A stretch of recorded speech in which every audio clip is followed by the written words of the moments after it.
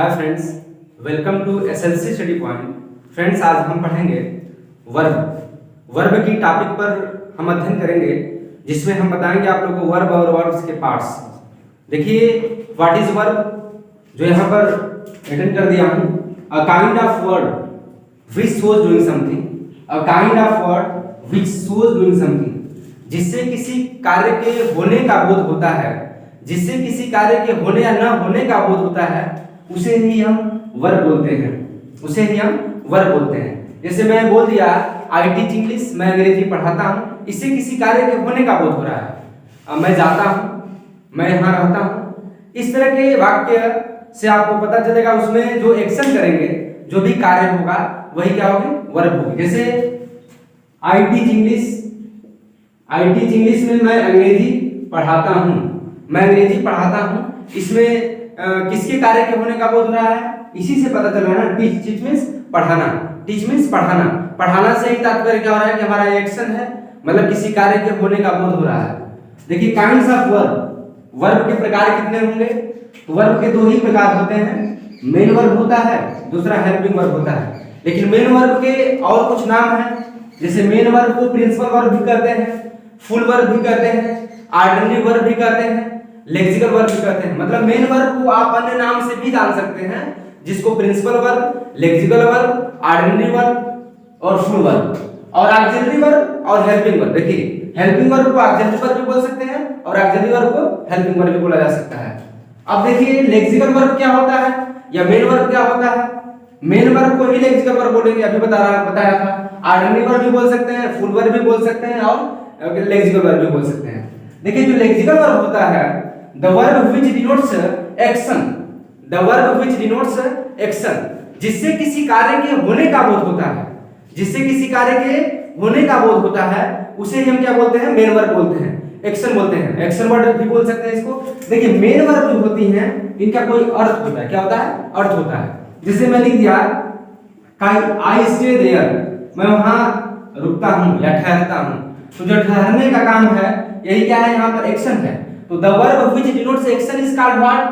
Main verb या lexical verb, main verb या lexical verb. I sing a song, मैं गीत गाता हूं, तो यहाँ पर क्या है, गाने का जो क्रम है, इसमें sing क्या है, sing मींस गाना।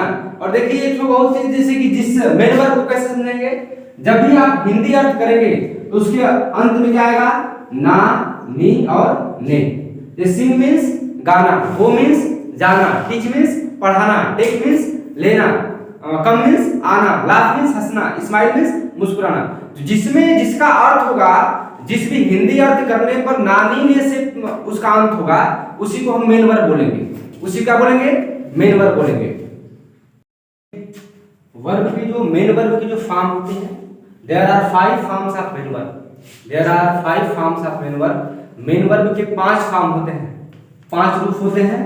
इसमें पहला है, आप लोगों ने सुना होगा, वर्ब की फर्स्ट फॉर्म, वर्ब की सेकंड फॉर्म, वर्ब की थर्ड फॉर्म, वर्ब की फोर्थ फॉर्म और वर्ब की फिफ्थ फॉर्म। ये 5 फॉर्म चलता है वर्ब में, जिसमें देखिए, वर्ब की फर्स्ट फॉर्म को हम प्रेजेंट फॉर्म बोलते हैं, क्या बोलते हैं, प्रेजेंट फॉर्म। और वर्ब की सेकंड फॉर्म को पास्ट फॉर्म बोलते हैं, वर्ब की थर्ड फॉर्म को पास्ट पार्टिसिपल बोलते हैं, और वर्ब की फोर्थ फॉर्म को प्रेजेंट पार्टिसिपल बोलते हैं। जबकि वर्ब की पांचवी फॉर्म को यस या यस बोल सकते हैं, या तो सिंगुलर फॉर्म बोल सकते हैं। देखिए, प्रेजेंट फॉर्म, कोई भी क्रिया जो वर्ब होती हैं, अपने जन्म से ही ये सिंगुलर होती है, प्लूरल होती है, क्या होती है, प्लूरल होती है। और जो नाउन होते हैं, जन्म से क्या होते हैं, सिंगुलर होते हैं। जब हम वर्ब में यस या यस जोड़ते हैं, यस या यस लगाएंगे तो तुरंत सिंगुलर हो जाती है, और जब नाउन में यस या यस जोड़ते हैं तो क्या बन जाता है, प्लूरल बन जाता है। इसमें देखिए, जो यस या यस फॉर्म होगा वो 5वां फॉर्म होगा, और वर्ब की जो बेस फॉर्म होगी वो पहली फॉर्म होगी। वर्ब की बेस फॉर्म को ही आप क्या बोलेंगे, प्रेजेंट फॉर्म। और प्रेजेंट फॉर्म जो वर्ब की बेस फॉर्म होगी, वो बार बार उसका मेन वर्ब वो प्लूरल में होगा, किसमें होगा, प्लूरल में होगा। या सब्जेक्ट जो है प्लूरल, सब्जेक्ट के साथ प्लूरल वर्ब, तो आप बेस फॉर्म को ही प्लूरल मानेंगे।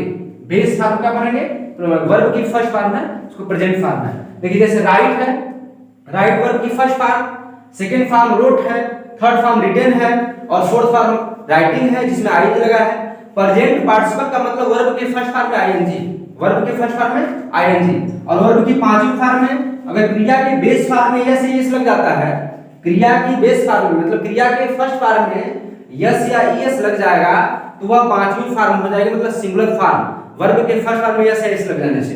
जैसे देखिए गो है, गो का सेकंड फॉर्म तुरंत पास्ट बन जाएगा, या प्रेजेंट में है या पास्ट बन जाएगा, और जब तीसरा फॉर्म जाएगा तो पार्टिसिपल हो जाएगा, पास्ट पार्टिसिपल बोलेंगे, और जब चौथे फॉर्म में जाएगा आईएनजी लगेगा तो प्रेजेंट पार्टिसिपल हो जाएगा। और वर्ब का बेस फॉर्म में जब यस या ईएस लगा देंगे तो क्या बन जाएगा, वर्ब का पांचवा फॉर्म अर्थात यस या ईएस वाला सिंगुलर फॉर्म हो जाएगा।